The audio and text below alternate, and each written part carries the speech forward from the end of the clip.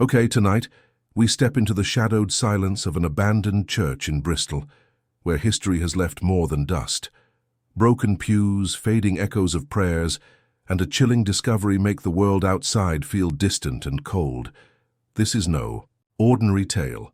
It is a cold case, a dark past waiting to be uncovered.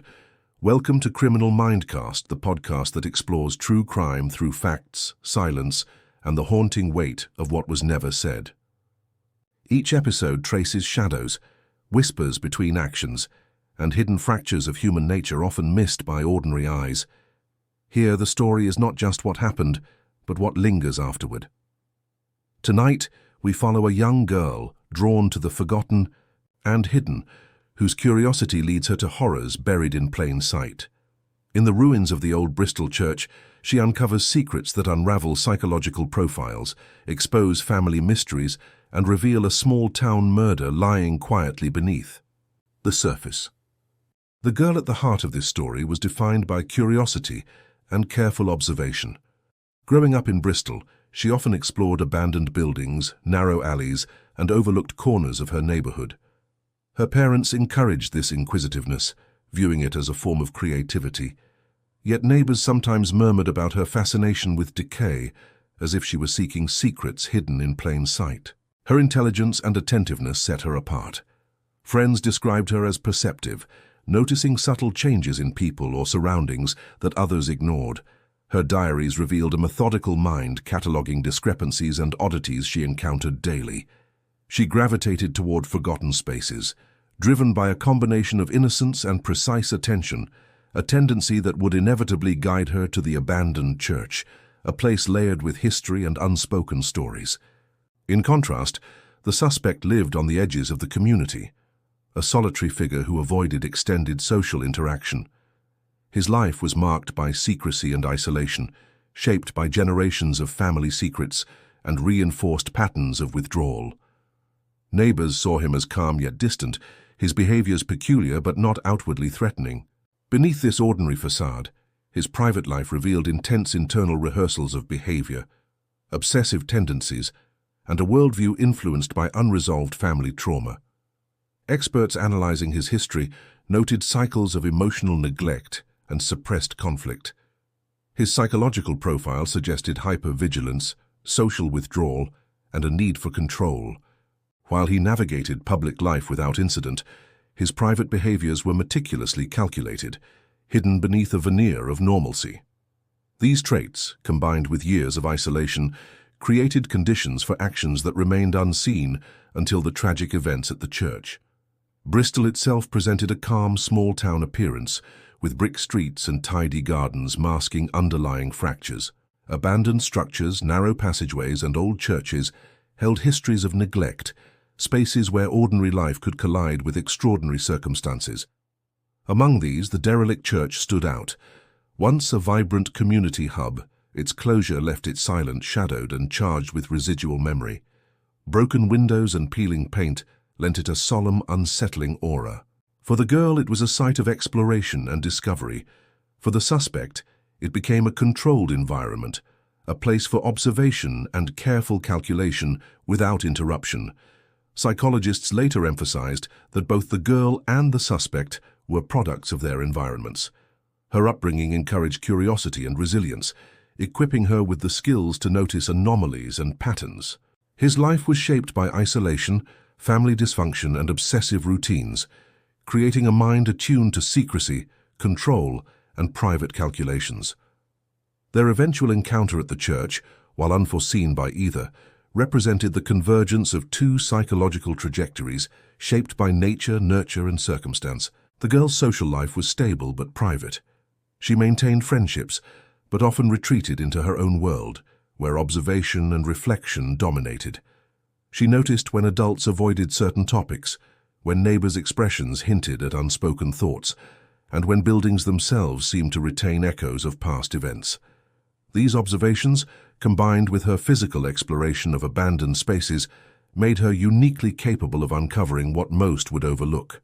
Her curiosity was neither reckless nor naive. It was deliberate, informed by a deep, subtle understanding of the world around her. Meanwhile, The suspect's outward normalcy concealed a complex inner life. Experts analyzing his later actions noted a blend of obsessive tendencies, emotional suppression and preoccupation with control. While he interacted functionally with the broader community, his private behaviors involved meticulous monitoring of his environment and rehearsals of potential scenarios. This pattern of concealment and precision would play a crucial role in the unfolding events at the church, creating tension between observation and intrusion. Small-town dynamics intensified the conditions for tragedy. In communities like Bristol, where everyone knows each other, social norms are strict, deviations are whispered about, and private realities often diverge from public perception. This environment allowed unusual behaviors to go unnoticed, and abandoned spaces like the derelict church became vessels for hidden tension. The girl's curiosity and the suspect's isolation intersected within this context, setting the stage for profound consequences. The church, more than a building, acted as a psychological container of collective memory and concealed narratives. Its cracked, stained glass, worn pews and silent corridors evoked both awe and unease. Experts note that such spaces can amplify behavioral tendencies and influence perception, decision-making, and risk assessment. For the girl, it was a site of exploration. For the suspect, a controlled environment for observation and planning. Environmental stressors surrounding the church also played a role. Reports of broken locks, vandalized windows, and fleeting figures were often dismissed as trivial. Yet forensic psychology suggests that such anomalies can prime a location for confrontation. The girl's exploration, guided by natural curiosity and attentiveness, intersected with these environmental cues, creating a scenario in which latent risk could manifest. The interplay of their lives at the church was not coincidental. Psychologists suggest that overlapping psychological traits, curiosity, isolation, trauma, and obsession, can converge in ways that produce high-stakes interactions. The girl's analytical and observant nature positioned her to detect hidden irregularities, while the suspect's withdrawn, controlled existence predisposed him to react defensively or manipulatively. Their encounter would illuminate both human vulnerability and the capacity for concealed pathology. Even before their encounter, both were unknowingly preparing for it in their minds. She carefully observed patterns in her surroundings, noting potential dangers with a heightened sense of awareness. He, meanwhile, maintained strict routines, monitoring the neighborhood to preserve control and minimize exposure. These parallel, silent trajectories created an invisible tension destined to converge within the abandoned church. Family and community shaped their behaviors profoundly.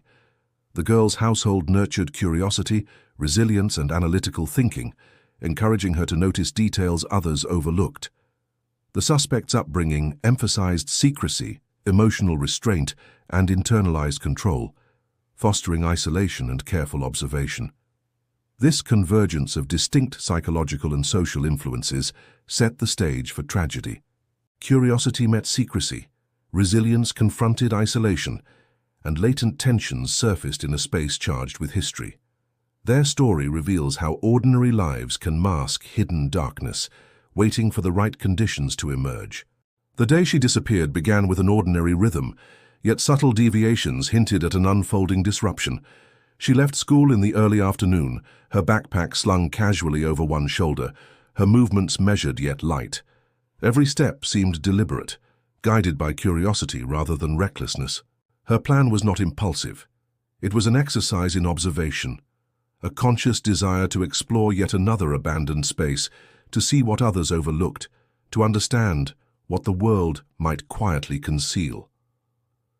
Friends later recalled her unusual quietness that day, the way her attention seemed drawn to minute details in her surroundings, as though she anticipated anomalies or glimpsed fragments of unseen patterns waiting to reveal themselves.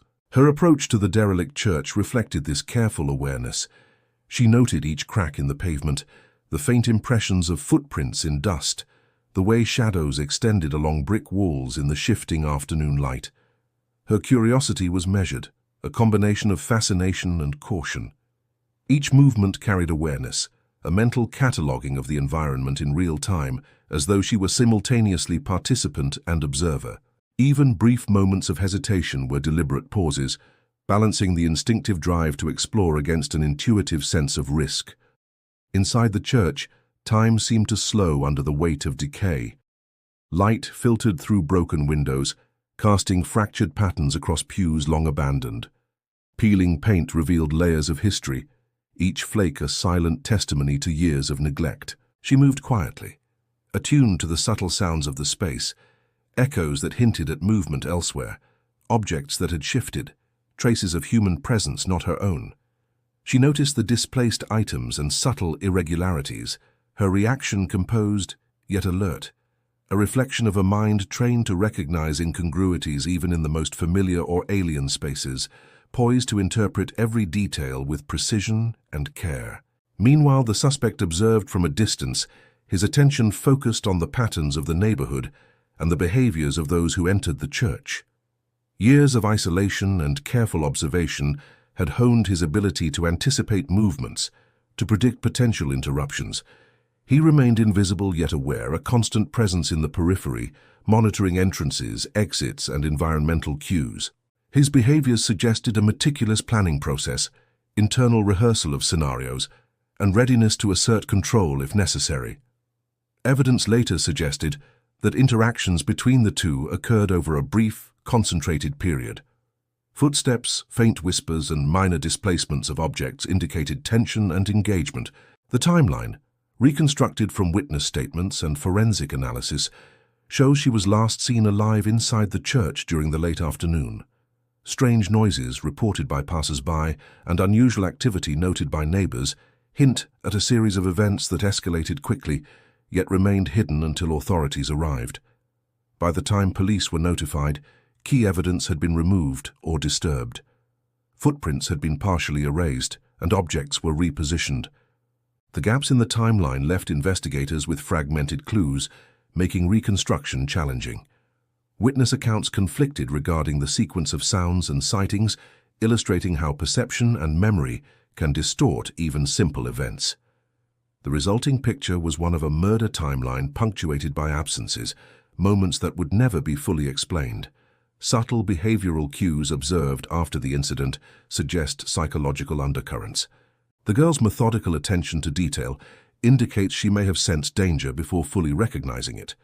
Her notes and later reflections reveal a mind attuned to anomalies, yet constrained by trust in the environment's apparent safety. The suspect's behavior, conversely, reflects calculated observation, anticipation of intervention, and control over the setting. These opposing patterns, curiosity versus containment, intersected with tragic consequences.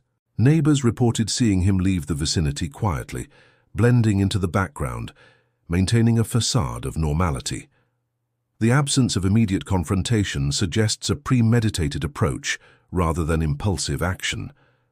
Investigators later noted that the suspect's routines aligned with the disappearance, a pattern indicating careful timing and manipulation of opportunity.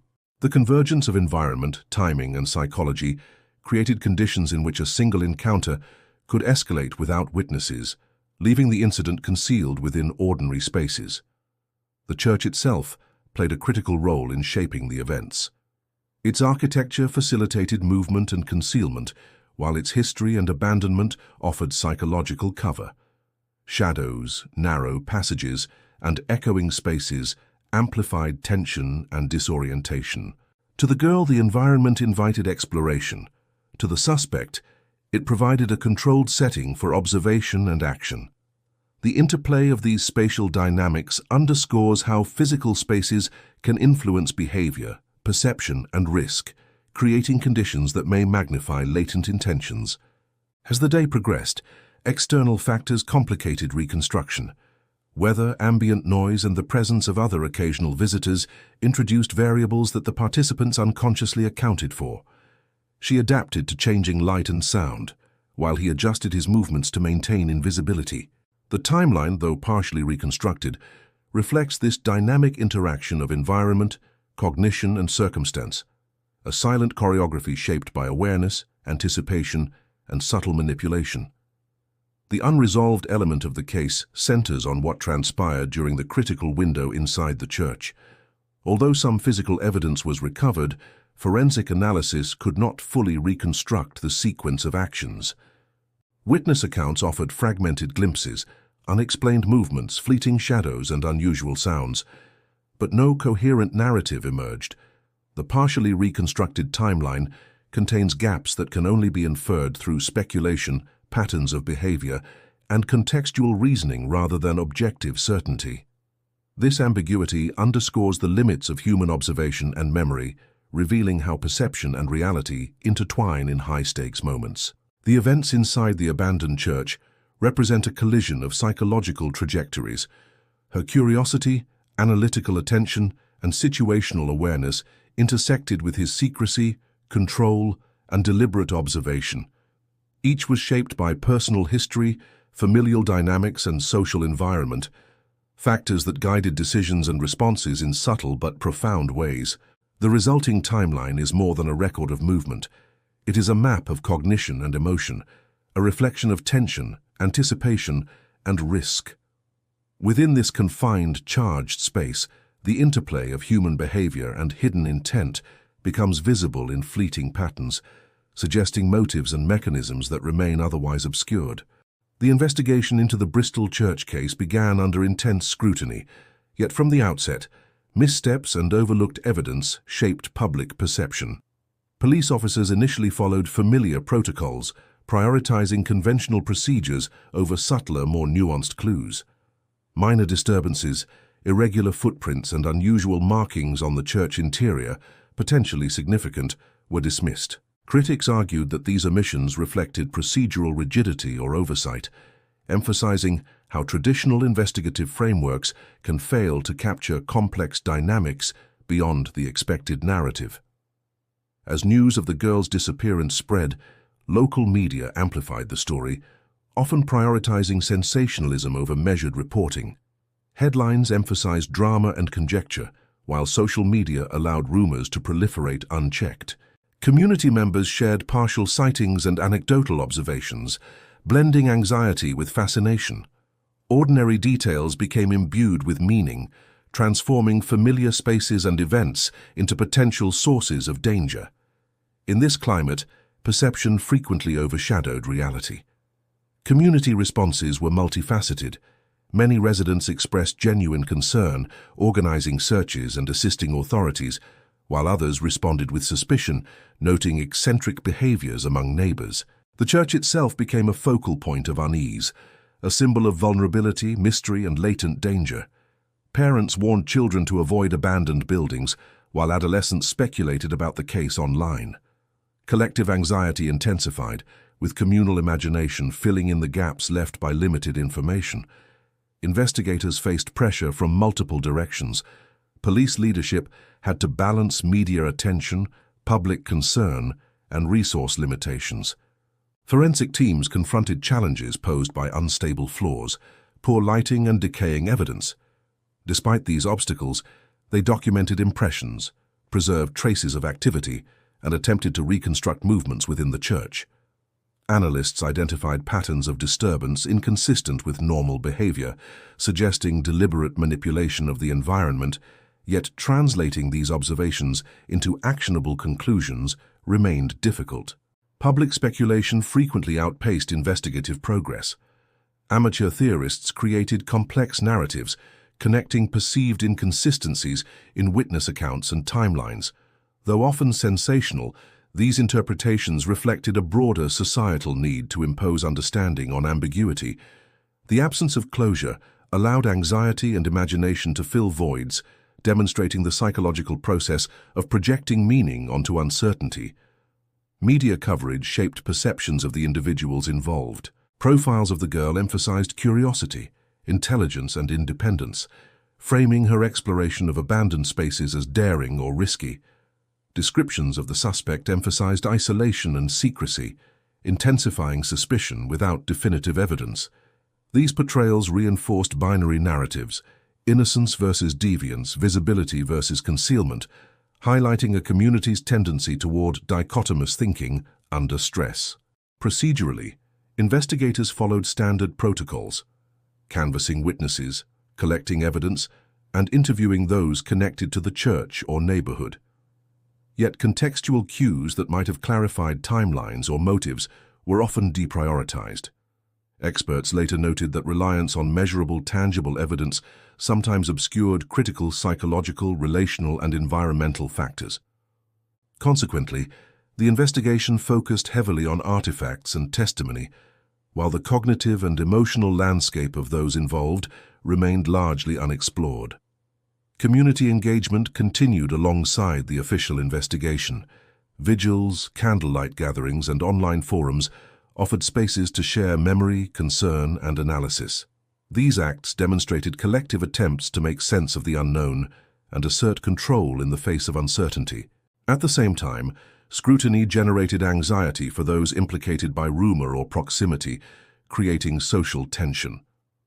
The church evolved into a symbol of both fear and fascination, around which morality, imagination, and communal identity coalesced. The case highlighted tensions between procedural objectivity and human interpretation. While law enforcement sought concrete answers, public narratives emerged from perception, memory, and moral judgment. Witness recollections were influenced by stress and expectation, while investigators worked to separate fact from conjecture. This interplay illustrates how criminal events are filtered through social cognition, emphasizing the complex relationship between observation, interpretation, and reality. Psychological analysis revealed underlying patterns. The suspect's behavior, social withdrawal, surveillance, and controlled engagement with the environment suggested strategic thinking and possible premeditation. The girl's methodical exploration, situational awareness, and analytic tendencies demonstrated cognitive resilience. Thus, the investigation became a study not only of physical evidence, but also of intersecting psychological profiles shaped by personal history, social context, and environmental influence. Despite extensive work, key ambiguities remained. Missing or degraded evidence left gaps in the timeline, while partial eyewitness accounts offered conflicting impressions. These unresolved elements underscored the limits of certainty and highlighted how behavioral, environmental, and perceptual factors intersect. Analysts emphasized that understanding the interplay of these dimensions provides insight even without full factual clarity, demonstrating that investigations extend beyond physical evidence to encompass human cognition and social dynamics. The public reaction to the Bristol church case revealed a striking paradox common in high-profile crimes.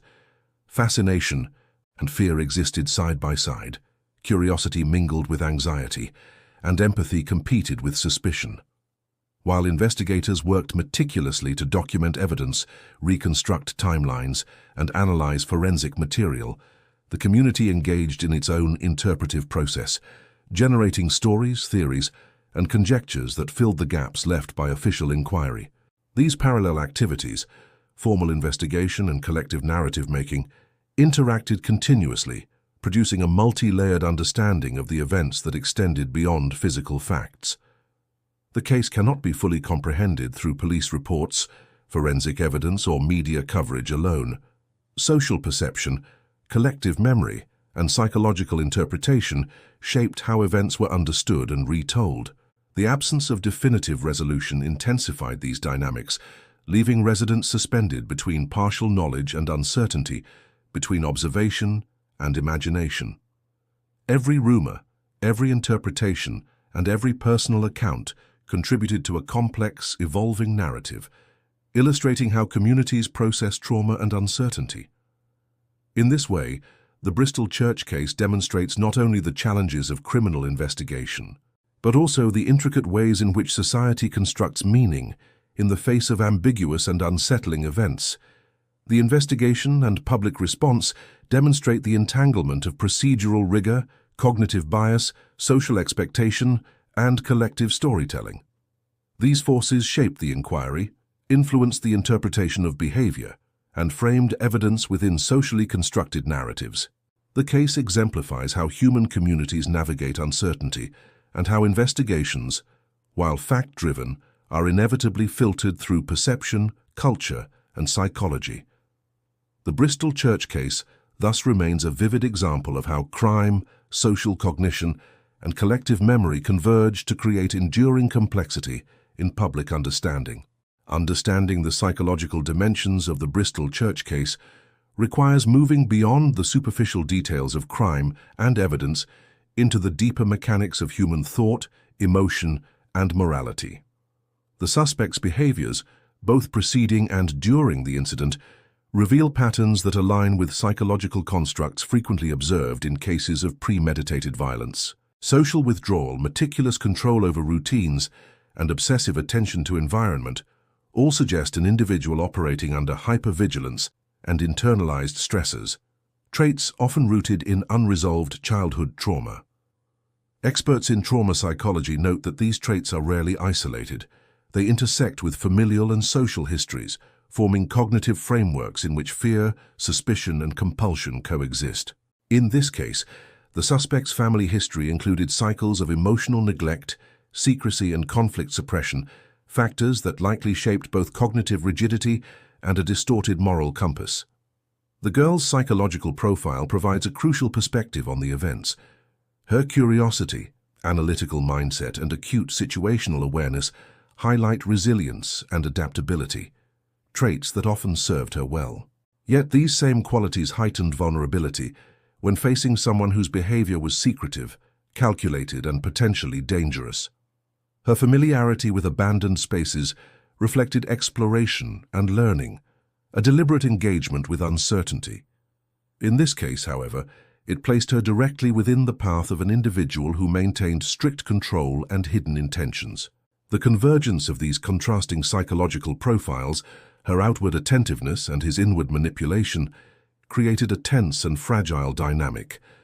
Within the abandoned church, a space layered with history and latent emotional energy, this collision of minds amplified risk and uncertainty. The interplay between their cognitive and emotional patterns underscores how resilience and control can intersect in unpredictable, even tragic ways. Philosophical reflection can illuminate further dimensions of this case. From a Stoic perspective, the unfolding tragedy demonstrates the human struggle with control. The girl exercised agency and observation within her environment, yet she could not dictate outcomes beyond her comprehension.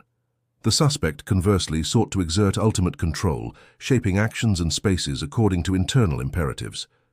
Buddhist thought might frame the incident in terms of attachment and suffering, the desire to dominate, coupled with unacknowledged trauma, resulting in harm to both self and others. Confucian perspectives emphasize relational duty and the consequences of moral deviation. The case highlights how unaddressed familial and societal obligations, when internalized dysfunctionally, can manifest in behaviors that transgress ethical and social norms.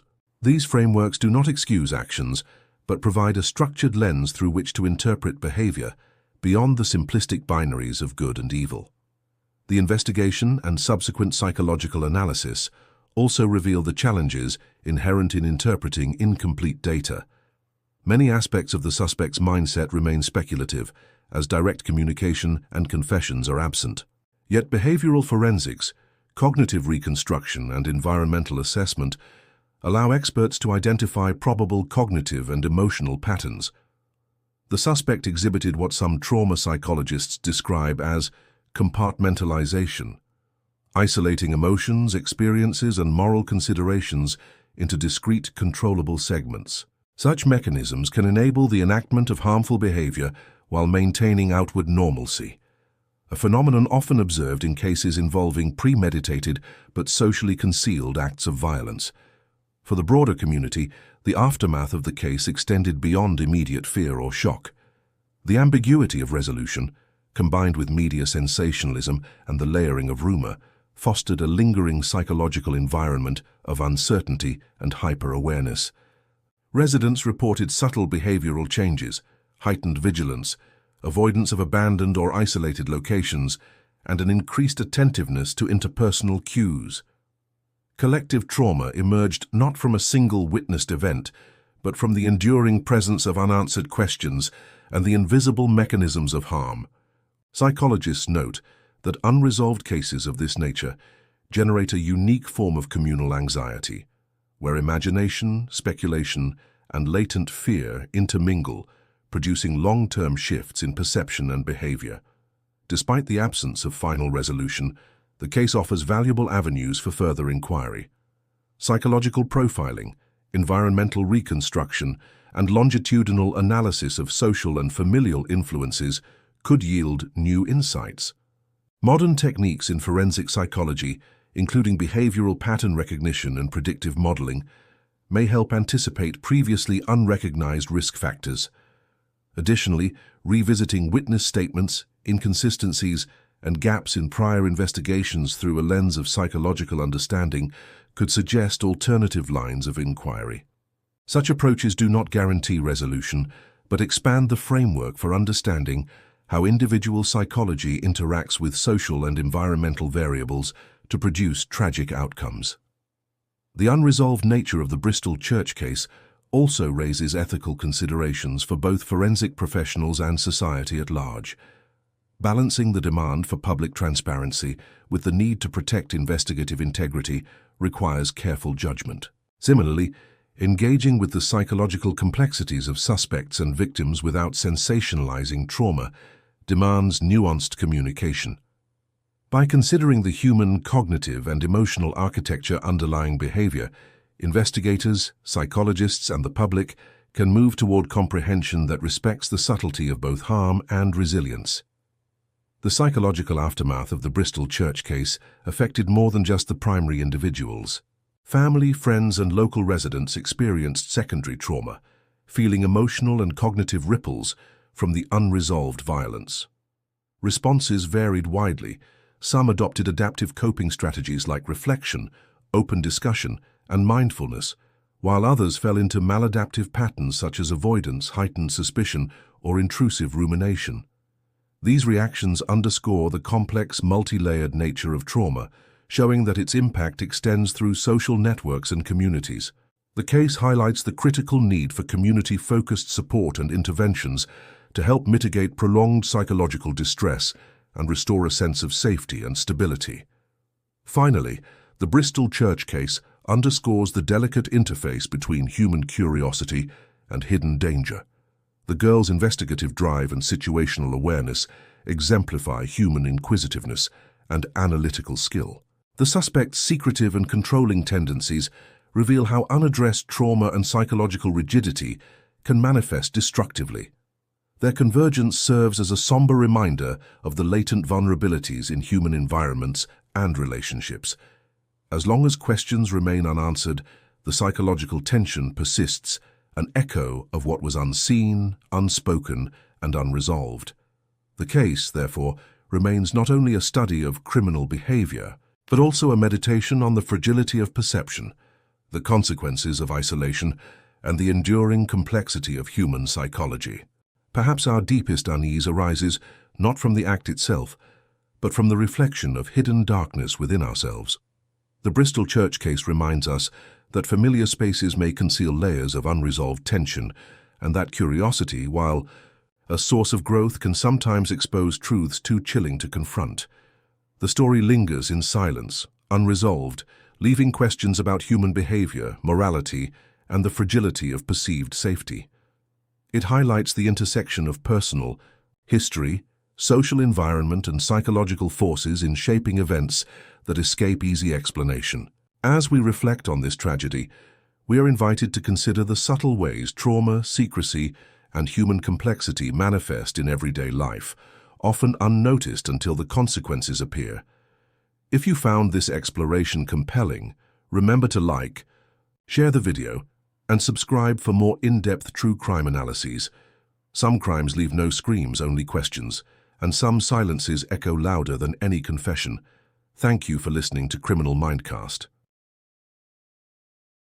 References 1. King, S. 2020.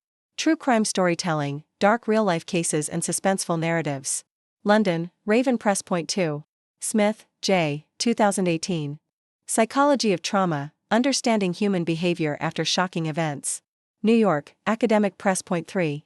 Brown, L. 2019. Unsolved Mysteries of England, Chilling Cold Cases and Hidden Secrets. London, Mystery House.